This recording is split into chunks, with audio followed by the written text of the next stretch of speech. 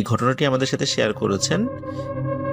এটিও ওই নোয়াপাড়া টি স্টেটের একজন শ্রমিকের গল্প, কিন্তু উনি তার নামটা মনে করতে পারেন নাই, যার কারণে আমাদেরকে ওনার নামটা ঠিক বলতে না পারলেও ঘটনার সময় বা ঘটনার সব ডিটেলস আমাদেরকে বলেছেন।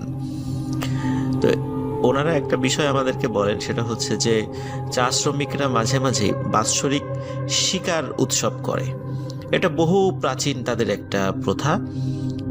বছরের একটি নির্দিষ্ট সময়ে তারা দল বেঁধে শিকার করেন এবং সেই শিকারের পদ্ধতিটা এখনো তারা উৎসবের মতো করে চালু রেখেছেন। বিশেষ করে তীর ধনুক নিয়ে তারা শিকারে নামেন। পাহাড় থেকে নেমে আসা বা পাহাড়ি টিলার এদিকে আশেপাশে বেসিক্যালি তারা খরগোশ, বন্য শূকর, এই জিনিসগুলো তারা শিকার করে থাকেন। তো ওখানে থাকা যে সমস্ত নৃতাত্ত্বিক বা ক্ষুদ্র নৃগোষ্ঠী আছেন, তাদের খাদ্যাভ্যাসের সাথে আমাদের তো অবশ্যই পার্থক্য রয়েছে। তো তারা এই ধরনের শিকারগুলো হরহামেশাই করেন, বিশেষ করে বছরের একটি নির্দিষ্ট সময় একটু বেশি করে থাকেন। তো লিসেনার্স, এই শিকারগুলো যখন তারা করেন, দেখা যাচ্ছে যে রাতের বেলা যখন বের হয় তখন একজন একজন করে বের হয়, দলবদ্ধভাবেও বের হয়। তো সারা রাত ধরে শিকার করে সকালে ফিরে আসে। কেউ যদি কোনো কারণে ফিরে আসতে দেরি করে বা সকালে আসতে একটু দেরি করে, কেউ উদ্বিগ্ন হয় না যে হয়তো চলে তো আসবেই। তো এরকম একজন ব্যক্তি, উনি একটু সাহসী ছিলেন অন্যদের থেকে। উনি চিন্তা করলেন যে একা একা বের হব। এর পিছনে কয়েকটা কারণ ছিল। সেটা হচ্ছে যে যদি দল বেঁধে বের হয় তখন শিকার যদি ছোট হয় তখন সেই ভাগাভাগি একটু বেশি হয়ে যাওয়ার কারণে মানে নিজের ভাগে একটু কম পড়ে। এই জন্য অনেকেই আবার একা একা শিকারে বের হন, তবে সাধারণত দলীয়ভাবেই তারা বের হওয়ার চেষ্টা করেন। তো ওই ব্যক্তি উনি একা একা বের হন। উনি একা একা বের হয়ে যেদিকে শিকার পাওয়া যেতে পারে ওদিকে উনি রওনা দেন। তো সবাই যেদিকে যাচ্ছিলেন, উনি পাট থেকে লতা খুলে ফেলে উনি আবার সামনের দিকে হাঁটা শুরু করেন। তো লিসেনার্স, উনি বেশ খানিকক্ষণ হাঁটতে হাঁটতে হঠাৎ করে এমন একটা জায়গায় নিজেকে আবিষ্কার করেন যে একটু আগে উনি পায়ের থেকে লতা খুলে হাঁটা শুরু করেছিলেন, উনি অনেকক্ষণ ধরে ঘুরতে ঘুরতে ওই একই জায়গাতে চলে এসেছেন। তো উনি খুব অবাক হন যে কি ব্যাপার, আমি ঘুরতে ঘুরতে একই জায়গায় চলে আসলাম, আমি তো সোজা হেঁটেছি, আমি তো বাঁকা কোনো দিকে যাইনি, তা আবার এখানে চলে আসলাম কেন? তো উনি চিন্তা করেন হতেও পারে রাতের বেলা ভুল হতে পারে। উনি আবার হাঁটা শুরু করেন। তো লিসেনার্স, অনেকক্ষণ হাঁটার পর তিনি আবার আবিষ্কার করেন উনি আবারও সেই জায়গাটাতে চলে এসেছেন, যে জায়গাটাতে সেই লতা উনি পায়ের থেকে খুলে রেখেছিলেন। কিভাবে উনি বুঝতে পারলেন? সেটা হচ্ছে যেহেতু ওনার পায়ের সাথে লতা পেঁচিয়ে গিয়েছিল, ওখান থেকে উনি লতা খুলেছিলেন। ওইখানে আসার পরে চাঁদের, এখন রাতের বেলা, কিন্তু ওনার সাথে তো পূর্ণিমার আলোতে এই শিকারগুলো করে থাকেন, যেদিন পূর্ণিমা হয় ওই পূর্ণিমার দিনে। এই জন্য উনি স্পষ্ট সেটা দেখতে পাচ্ছিলেন যে উনি একটু আগে যেখান থেকে গিয়েছিলেন আবার সেখানে ফিরে আসেন। তো উনি এভাবে বারবার বারবার বারবার চেষ্টা করছেন, কিন্তু কোনোভাবেই উনি ওই গোলকধাঁধা থেকে বের হতে পারছিলেন না। হঠাৎ উনি আবার জঙ্গলের মধ্যে নড়াচড়া শুনতে পান। তো এবার উনি চিন্তা করেন যে আসলে এটা কি, এটা আমাকে দেখতেই হবে। সেই অনেক দূর থেকে এটার পিছনে ছুটতে ছুটতে আসলাম, এটা আসলে কি, এটা দেখতেই হবে। তো উনি এবার চিন্তা করেন, এবার যেই জায়গাটাতে মানে নড়াচড়া হয়েছে এখানে উনি তীর ছুড়বেন। এর আগে উনি একটা তীরও ছোড়েন নাই। তো উনি তীর তাক করেন এবং উনি আবার যখনই একটু নড়াচড়া, তো হবিগঞ্জ, সিলেট, শ্রীমঙ্গল এই জায়গাগুলো কিন্তু পাহাড় বা টিলা আছে অনেক। তো উনি হাঁটতে হাঁটতে ওই তারকা নির্দেশ করেই উনি মানে তারকাকে দেখেই উনি হাঁটছিলেন। বেশ অনেকক্ষণ পরে হঠাৎ করে দেখে উনি আবার যে জায়গাটা থেকে হাঁটা শুরু করেছিলেন সেখানে চলে এসেছেন। এবং ওখানে আসার পর এবার আর একটা ভয়ঙ্কর ব্যাপার উনি লক্ষ্য করেন। সেটা হচ্ছে যে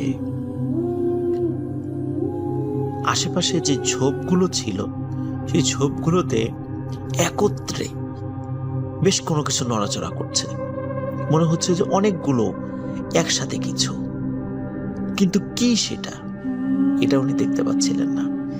এবার উনি সাংঘাতিক ভয় পান, মানে এবার ওনার ভয়ের মাত্রা একদম চূড়ান্ত পর্যায়ে পৌঁছায় যে আসলে আমি কি বিপদে পড়লাম। কারণ এই আকাশের তারা দেখে চলেও আমি পথ খুঁজে পাচ্ছি না, তাহলে কি হলো, কি হয়েছে আমার সাথে। তো উনি ভয়ে সেন্সলেস হয়ে যাবেন, কিন্তু যাওয়ার আগ মুহূর্তে ওনার যতটুকু মনে আছে উনি যেটা পরবর্তীতে সবাইকে বলেছিলেন সেটা হচ্ছে যে সেন্সলেস হওয়ার আগ মুহূর্তে উনি দেখেছিলেন যে এই যে ঝোপগুলোর মধ্য থেকে অনেক লম্বা, মানে লতা পাতার মতো কিছু বের হয়ে আসছে। এটা আসলে কোনো প্রাণী না, মনে হচ্ছে লতা পাতা। ওই ঝোপগুলোর মধ্যে থেকে লতা পাতা সুরসুর করে বের হয়ে আসছে, বের হয়ে তার দিকে আসছে এবং তার শরীরকে আস্তে আস্তে পেঁচিয়ে ফেলছে, এরকম মনে হচ্ছে। এরপরে উনি আর কিছু স্মরণ করতে পারেন নাই। ওদিকে সকালেও যখন উনি ফিরে আসেন নাই, তখন আশেপাশের লোকজন একটু চিন্তিত হয়ে পড়ে যে কি ব্যাপার, ও সকাল আসলো না, সকাল গড়িয়ে দুপুর হয়ে গেল। তখন লোকজন তাকে একটু খোঁজার জন্য বের হন। খুঁজতে খুঁজতে খুঁজতে খুঁজতে বিকালের দিকে তাকে মানুষকে দিগ্ভ্রান্ত করে দেয়। কিন্তু এই গাছের আকৃতির যে অদ্ভুত জিনিসটাও যে মানুষকে দিগ্ভ্রান্ত করতে পারে, এটা আসলে আমরা নওয়াপাড়াটি স্টেটে দুলালদার সাথে কথা না হলে এই গল্পটি সম্পর্কে আমাদের কোনো ধারণাই থাকতো না, বা আমিও জানতে পারতাম না।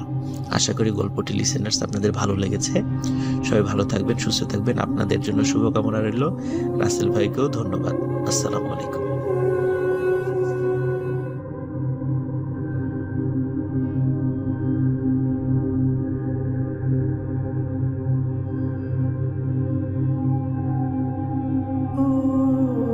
আসসালামু আলাইকুম প্রিয় লিসেনার, আশা করি সবাই ভালো আছেন। আমি গোলাম রাব্বি আছি আপনাদের সাথে একটি নতুন ঘটনা শোনার জন্য। ঘটনাটি 1992 সালের দিকে ঘটে। আমাকে যিনি ঘটনা শেয়ার করেছেন উনি ওনার নাম প্রকাশ করতে অনিচ্ছা প্রকাশ করেছেন, সেজন্য আমি ওনার নাম প্রকাশ করছি না। যাকে নিয়ে ঘটনা ঘটে ওনার নাম ধরে নিচ্ছি কালু। কালু তখন ক্লাস 9-এ পড়ে। ওর স্কুলে ওরা বন্ধুরা প্রতি বছর একত্র হয়ে একটা বনভোজনের আয়োজন করে, যেখানে একজন পার্টিসিপেন্ট এক একটা জিনিস দেয়।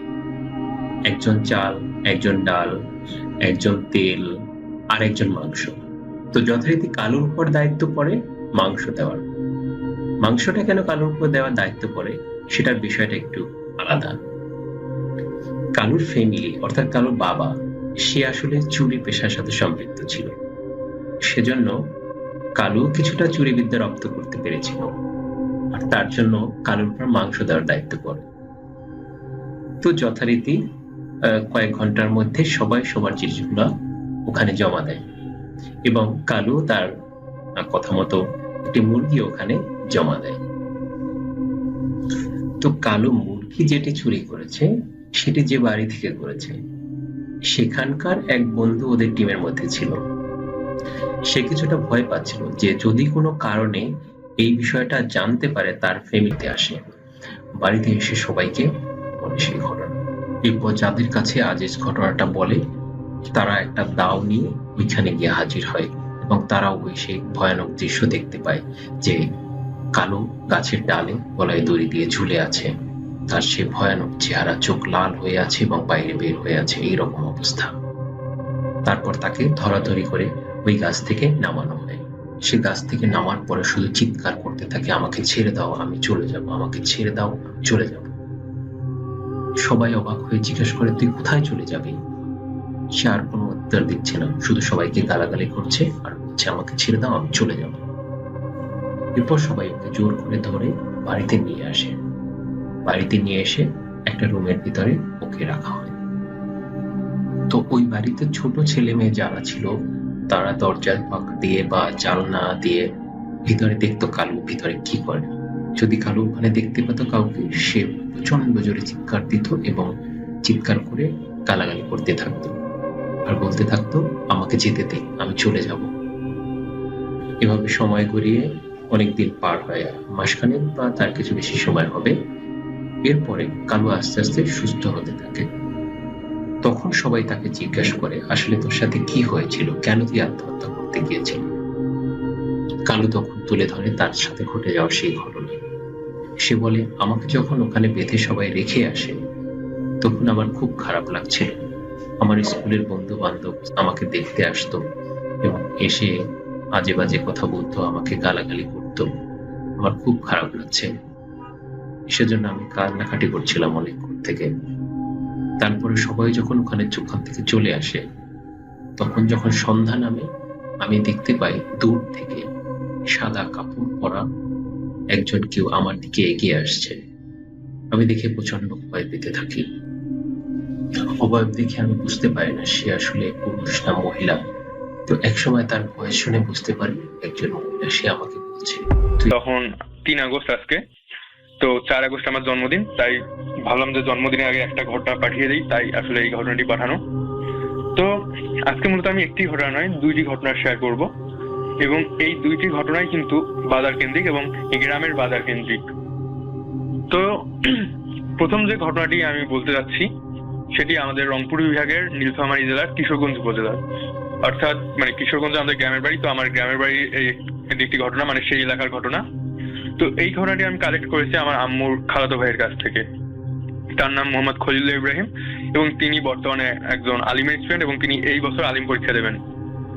তো তিনি আসলে মূলত আমাকে 2015 সালে বলেন যে ভূত এফএম নামে একটা শো রেডিও ফুর্তি দিয়ে হয়, এবং আমি মূলত তার কাছ থেকে শুনেই আসলে ভূত এফএম শোনা শুরু করি। সেই 2015 সাল থেকেই শুনছি নিয়মিত। তারপর অবশ্য মাঝখানে ভূত এফএম বন্ধ হওয়ার কারণে প্রায় অনেকদিন জানতাম না যে ভূত.com নতুন করে শুরু হয়েছে। আমি গত বছরের সেপ্টেম্বর না অক্টোবরে সম্ভবত ফেসবুকে আপনাদের গ্রুপ দেখতে পেয়ে তখন জানতে পারি যে আপনি আসলে নতুন একটি শো শুরু করেছেন। তো আসলে ভূমিকায় অনেক কিছুই বলে ফেললাম, আমি আর ভূমিকা বাড়াবো না, আমি সরাসরি আমার প্রথম ঘটনাটি এখন শেয়ার করব।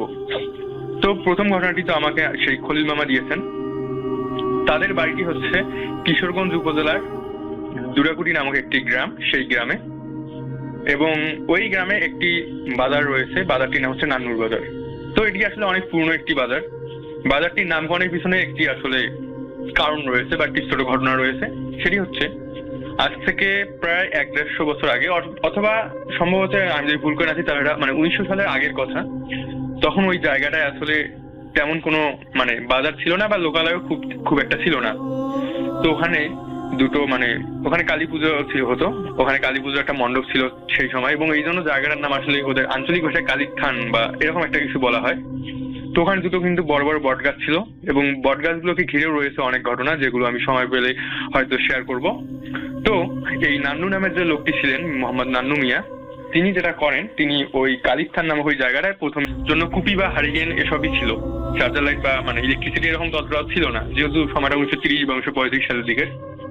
তো এনারা আসলে যেটা করতেন, এনারা রাত 10টা 10:30 হতে হতে দুজন একসাথে বাড়ি চলে আসতেন।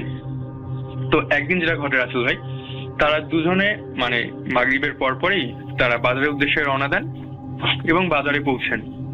তারপর তারা বাজারে বেশ কিছুক্ষণ আড্ডা দেন, এশার নামাজ পড়ে আরো অনেকক্ষণ তারা প্রায় সেখানে বাজারে অবস্থান করেন, এবং ধীরে ধীরে বাজার থেকে কিন্তু মানুষ চলে যেতে থাকে এবং অনেক দোকানপাটও বন্ধ হয়। তো তারা আসলে একটা চায়ের দোকানে বসে আড্ডা দিচ্ছিলেন। এমন সময় আসমাত হক বলেন যে আমি একটু ওয়াশরুমে যাব। আসলে তার কি প্রতিটাকে সারা দেওয়ার জন্য ওয়াশরুমে যেতে চান। তো তিনি স্বাভাবিকভাবে সেখানে যান এবং তার কাজ শেষে তিনি সেখান থেকে সরাসরি বাড়ির পথে রওনা দেন। এখানে বাজারে যে আজমল হক ছিলেন, আজমল হকের কথা তার মনেই ছিল না। তিনি ওখান থেকে উঠেই সরাসরি আসমাত হক যেটা করেন, তিনি তার বাড়ির উদ্দেশ্যে রওনা দেন এবং তিনি ওখান থেকে সরাসরি বাড়ি চলে আসেন। তো অনেকক্ষণ হয়ে যায়, 5 মিনিট 10 মিনিট এভাবে করতে করতে প্রায় 1-1.5 ঘন্টা হয়ে যায়। তো আজমল হক এখন চিন্তা করেন যে আসমাত হক কি তাহলে বাড়ি চলে গেল তাকে ফেলে, নাকি তার কোনো বিপদ আপদ হলো কিনা। কারণ যেহেতু রাতের বেলা, এবং তখন অনেক ডাকাতও আমরা জানি যে একটা সময় বাংলাদেশে অনেক ডাকাত ছিল, রাতের বেলা রাতের অন্ধকারে মানুষকে করতো। তো সেই অর্থে তিনি একটু ভাবেন যে তার বিপদ আপদ হলো কিনা। এটা ভেবে আর কি তিনি কোনো কুল কিনারা পাচ্ছিলেন না। আরো কিছুক্ষণ থাকার পর যখন চায়ের দোকানওয়ালা আবার যেটা করতেন, কয়েকটা দোকানের লোক আবার দোকানের ভিতরেই থাকতেন, তারা নিজেদের দোকানের ভিতরে। তো চায়ের দোকানওয়ালা দোকান বন্ধ করবেন, এজন্য আজমল হক যেটা করেন, তিনি দোকানওয়ালার বিল পরিশোধ করে দিয়ে তিনি ভাবেন যে যাই বাড়ি গিয়ে দেখি কি হয়। তো তিনি রাসেল ভাই যেটা ঘটে, তিনি যখন উঠবেন, অর্থাৎ তিনি যখন চায়ের দোকানের বেঞ্চি থেকে উঠেন, তিনি ওঠার সাথে সাথেই দেখেন যে দূর থেকে আজমল হক তার দিকে এগিয়ে আসছে। তো তিনি এটা দেখার পরে একটু চিন্তামুক্ত হন যে যাক, আজমল হক তাহলে সুস্থ স্বাভাবিকভাবেই রয়েছেন, তার কোনো ক্ষতি বা বালা মুসিবত কিছু হয়নি। এরপরে তিনি তাকে বলেন, কি তুমি কোথায় গিয়েছিলে? আমি তো তোমার চিন্তায় অস্থির হয়ে গিয়েছিলাম, তুমি কোথায় ছিলে? পরে একটা প্রাইমারি স্কুল রয়েছে এবং প্রাইমারি স্কুলের সামনে অনেক বড় ফাঁকা মাঠ আছে, এবং সেই প্রাইমারি স্কুলটি পার হওয়ার পরে একজনের আম বাগান রয়েছে। ওই আম বাগানটা পার হওয়ার পরেই আসলে হাইওয়ে রোড ওঠে এবং সেখান থেকে বাজারে আসতে হয়। তো এই ছেলেটা যার ঘটনা আমি বলছি, তার নামটি আমি এই মুহূর্তে মনে করতে পারছি না, তো আমি তাকে একটি ছদ্মনাম দিচ্ছি যে আবির। তো আবির নামক এই ছেলেটি, তার বাবার বড়বিটে বাজারে দোকান ছিল। তো উনি কি করতেন যে আবিরের বাবা, উনি প্রায় রাতের বেলা দোকানে থাকতেন, কারণ বোঝেনি তো দোকান যখন কারো থাকে, অনেকে দেখা যায় দোকানেই থাকে। তো তার একটি মুদির দোকান ছিল। তো সেদিন আবির বেসিক্যালি যায় যে বাড়িতে বাজার সদাই নেই, তার মা তাকে বাজার সদাই করতে পাঠিয়েছেন, তো তার বাবার কাছ থেকে আর কি খরচ করে নিয়ে সে বাড়ি আসবে। তো তার বাবা সে একটু ব্যস্ত থাকার কারণে ছেলেকে আসলে শুরুতে খরচ করে দিতে পারেননি। দোকান যখন বন্ধ করার সময় হয়, তখন প্রায় রাত আনুমানিক 10টা বা 10:30 বাজে, তখন তিনি আসলে তার ছেলেকে খরচ করে দেন এবং তারপর তার ছেলেকে বলেন যে তুমি কি বাড়ি যেতে পারবে না, আমি এগিয়ে দিয়ে আসবো। তার ছেলে স্বাভাবিকভাবে বলে যে না, আমি একা যেতে পারবো। আবির যথেষ্ট সাহসী একজন ছেলে ছিল। তো সে এরপর যেটা করে, ব্যাগ নিয়ে সরাসরি বাড়ির দিকে রওনা দেয়। তো ব্যাগে তখন আসলে তার বেশ কিছু খরচের সাথে মাছ ছিল অবশ্য। তো এই মাছের জন্য মূলত তার সাথে একটি খুব খারাপ একটি ঘটনা ঘটে যায়। সে যখন হাইওয়ে থেকে নেমে আমবাগানটি পার হয়ে যখন স্কুলের মাঠটি অর্ধেকের মতো পার হয়েছে, এরকম সময় হঠাৎ করে সে আসলে নিজেকে ভরশূন্য অনুভব করতে থাকে। তার মনে হয় যে তার কোনো ভর নেই, মূলত মহাকর্ষ বলহীন বা ওজনহীন তিনি নিজেকে অনুভব করা শুরু করেন। এটি অনুভব যখন তিনি করেন, তখন তার আসলে মাথাটা একটু ঘুরে ওঠে এবং তিনি এরপর যেটা দেখেন যে তিনি শূন্যে ভাসছেন এবং ভেসে কোথাও চলে যাচ্ছেন। এবং তিনি তখন পিছনে ফিরে দেখেন যে তার হাতে যে ব্যাগটি ছিল, সে ব্যাগটি মাটিতে পড়ে গেছে এবং সবকিছু ছিন্ন ভিন্ন হয়ে বিভিন্ন জায়গায় ছড়িয়ে ছিটিয়ে আছে। এবং এটা যখন তিনি দেখেন, তিনি আসলে নিজেকে সামলাতে পারেন না, তিনি সাথে সাথে সেন্সলেস হয়ে যান। এবং তিনি কতক্ষণ সেন্সলেস হয়েছিলেন জানেন না। তিনি যখন তার সেন্স ফিরে পান, তখন তিনি তাকে আবিষ্কার করেন যে তিনি একটি মসজিদের সামনে তিনি গেটের সামনে তিনি পড়ে আছেন। তো এটা দেখার পর তিনি আসলে নিজেকে কন্ট্রোল করতে পারেন না। তিনি একটি সিএনজি টাইপের একটা কিছু একটা সিএনজি তার সামনে এসে ওই দিক দিয়ে যাচ্ছিল। তখন আসলে ওই দোকানে যে 2-1 লোক ছিল, তারাই আসলে সিএনজিটি থামিয়ে দেয় এবং জানতে পারে সেই সিএনজিটা জলঢাকা যাবে। তো জলঢাকা যেতে গেলে কিন্তু বড়বিটা পার হয়ে জলঢাকা যেতে হয়। তো তখন তারা আসলে তাকে সেই সিএনজিতে তুলে দেয় এবং বলে যে ঠিক আছে, তুমি এখন বাড়ি যাও, তাকে আসলে বাড়ি পাঠিয়ে দেয়। তো সে তারপরে সিএনজিতে করে বড়বিটা বন্ধ চলে আসে এবং বড়বিটা একদম মেইন বাজারে এসে নামে। তখন প্রায় রাত 2টা না, তখন প্রায় রাত 1:30-2টার মতো বেজে গেছে এবং সে বাজারে নেমে দেখতে পারে যে একদম পুরো বাজার ফাঁকা, তেমন কোনো দোকান খোলা নেই, শুধু বাস কাউন্টারে কয়েকজন হয়তো বসে আছে, হয়তো একটা বাস আসবে জন্য। এরপরে তিনি সরাসরি তার বাড়ির দিকে পা বাড়ান এবং তিনি এভাবে বলেন যে তিনি কয়েক কদম শুধু পা এগিয়েছেন এবং এমন সময় হঠাৎ করে তার মাথাটা ঘুরে যায় এবং সে চোখ বন্ধ করে ফেলে এবং চোখ খুলে দেখতে পান তিনি তার বাড়ির আঙিনার সামনে পড়ে আছেন। তো তিনি আসলে তার বাড়ির আঙিনা পর্যন্ত কিভাবে আসলেন সেটাও তিনি বলতে পারেন না এবং তিনি এরপরে তার মা বাড়ির সামনে প্রবেশ করে মা বলে ডাক দেয় এবং তার মা বাড়ি থেকে চিৎকার করতে করতে বেরিয়ে আসেন এবং বলেন যে তারা ভেবেছে যে সে হয়তো হারিয়ে গেছে, এজন্য তার বাবাকে খবর দেওয়া হয় এবং তার বাবা আসে এবং এখন তার বাবা তার চাচাদেরকে সহ তাকে বিভিন্ন জায়গায় খুঁজতে গেছেন। তো সে কোথায় গিয়েছিল, কি করেছিল, স্বাভাবিকভাবে মায়েরা সব প্রশ্ন করে, তাকে প্রশ্ন করা হচ্ছিল এবং দেখা যায় যে তাদের বাড়িতে প্রায় ভিতরে অনেক তাদের বেশ কিছু স্বজন বা নিকটাত্মীয়রা যাদের বাড়ি আশেপাশে ছিল, তারা চলে এসেছে এবং বাড়িতে প্রায় একটা হই রই অবস্থা তৈরি হয়ে গেছে তাকে নিয়ে। তো এটা যখন সে দেখে, সে তখন তার মাকে সবকিছু খুলে বলে।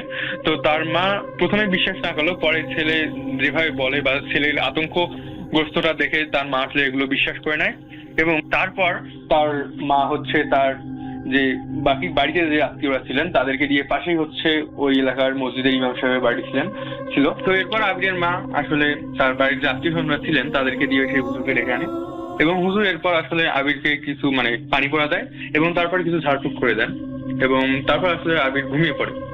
তো এরপর আসলে রাতে আর তেমন কোনো সমস্যা হয়নি। এরপর আবির যখন সকালে ঘুম থেকে ওঠে তখন তার গায়ে বসে আছে। সবাই জিজ্ঞেস করে, কি ব্যাপার, তুমি এখানে? বলে, হ্যাঁ আমি এখানে। তখন বলে যে, তুমি এখানে কিভাবে আসলা? তখন সুমন ভাইয়ের আম্মা বলে যে, আমি বাসার থেকে বের হয়ে প্রথমে পুকুর ধারে যাই, পুকুরের ঘাটে কিছুক্ষণ বসে থাকি, তারপরে আম গাছের নিচে কিছুক্ষণ বসেছিলাম। আম গাছের নিচে যখন আমি কিছু সময় বসেছিলাম তখন মনে হচ্ছিল আমার কানের কাছে কেউ ফিস ফিস ফিস ফিস করে কথা বলছে। তখন আমার একটু ভয় লাগে এবং পুকুরের ওই পাশে দেখি এই চাচির ঘরে আলো জ্বলছে, উনি জেগে আছে। তখন আমি এখানে চলে আসি এবং এসে দেখি যে উনি রান্নাঘরে রান্না করছে এবং ওনার সাথে বসে আমি গল্প করছি। তখন সুমন ভাইয়ের যে আত্মীয়া, যে মহিলারা যারা ভয়ঙ্কর একটি দৃশ্য দেখেছিলেন সুমন ভাইয়ের আম্মাকে নিয়ে, এই বিষয়টি সুমন ভাইয়ের আম্মাকে বলেন। সুমন ভাইয়ের আম্মা শুনে খুবই অবাক হন যে, আমি তো আসলে ওই জায়গাটার ফিস ফিস শব্দ শুনে চলে এসেছি, নিশ্চয়ই আপনারা ভুল দেখেছেন বা কোনো প্যারানর্মাল কিছু বিষয় আপনাদের সামনে দৃষ্টিগোচর হয়েছে। যাই হোক, ওখান থেকে সুমন ভাইয়ের আম্মা চলে আসেন, আবার বাসায় চলে আসেন। এই রাত্রের পর থেকে নিয়ে সুমন ভাইয়ের আম্মার সাথে আরো কিছু ঘটনা ঘটতে থাকে। তেমনই কয়েকটি ঘটনা আমি এখন আবার আপনাদের সামনে বলতে যাচ্ছি। লিসেনার্স, একদিন সুমন ভাইদের বাসার কলে পানি উঠছিল না রাতের বেলা। এশার নামাজের সময় যখন বারবার কল চাপছিল সুমন ভাইয়ের আম্মা, কিন্তু পানি উঠছিল না। তখন সুমন ভাইয়ের আম্মা চিন্তা করলেন, ঠিক আছে পুকুর ঘাট থেকে আমি অজু করে আসি, যেহেতু ওনার বাসার পাশেই এই পুকুর ঘাটটি ছিল। তো উনি যখন পুকুর ঘাটে অজু করতে গিয়েছেন, অজু করে যখন উনি উঠে আসবেন, হঠাৎ দেখেন পুকুরের মাঝখান থেকে কিছু একটা সাঁতার কেটে কেটে আসছে, জাস্ট লাইক কুমির। কুমির যখন সাঁতার কেটে আসে তখন তার পিঠের একটা অংশ কিন্তু ভেসে থাকে, যেটা স্বাভাবিক পা চালিত রিক্সায় এত স্পিড হওয়ার কথা নয়। এবং রিক্সাটি মেইন রাস্তা দিয়ে না গিয়ে শর্টকাট যে রাস্তাগুলো ছিল, যে রাস্তাতে আসলে মানুষের চোর ডাকাতের ভয় বেশি, ছিনতাইকারীর ভয় বেশি, ওই রাস্তা দিয়ে যাচ্ছিল। সুমন ভাইয়ের আব্বা এবং আম্মা স্পষ্টভাবে দেখতে পাচ্ছিলেন রাস্তার বেশ কিছু জায়গায় কিছু দুষ্টু লোক দাঁড়িয়ে আছে, যারা ছিনতাই করার নিমিত্তেই দাঁড়িয়ে আছে। কিন্তু তাদের পাশ দিয়ে রিক্সা চলে যাচ্ছে, তারা ভ্রুক্ষেপও করলো না। মনে হচ্ছিল যে তারা কিছুই টের পাচ্ছে না যে এই পাশ দিয়ে একটা রিক্সা যাচ্ছে, তারা কিছুই দেখছে না, এমনটা মনে হচ্ছে। রিক্সাওয়ালা যখন রিক্সা নিয়ে সুমন ভাইয়ের আব্বা এবং আম্মাকে তাদের বাড়ির সামনে নামিয়ে দেওয়ার সাথে সাথে উনি দ্রুত রিক্সা নিয়ে চলে যান। তো ওনাকে ডাকেন ভাড়ার জন্য, কিন্তু ভাড়া উনি নেন নেই। প্রিয় লিসেনার্স, এই ঘটনার মাধ্যম দিয়ে সুমন ভাইয়ের আম্মার সাথে ভয়াবহ একটি ঘটনার সমাপ্তি ঘটে। আশা করি ঘটনাটি ভালো লেগেছে। সবাই ভালো থাকবেন, সুস্থ থাকবেন।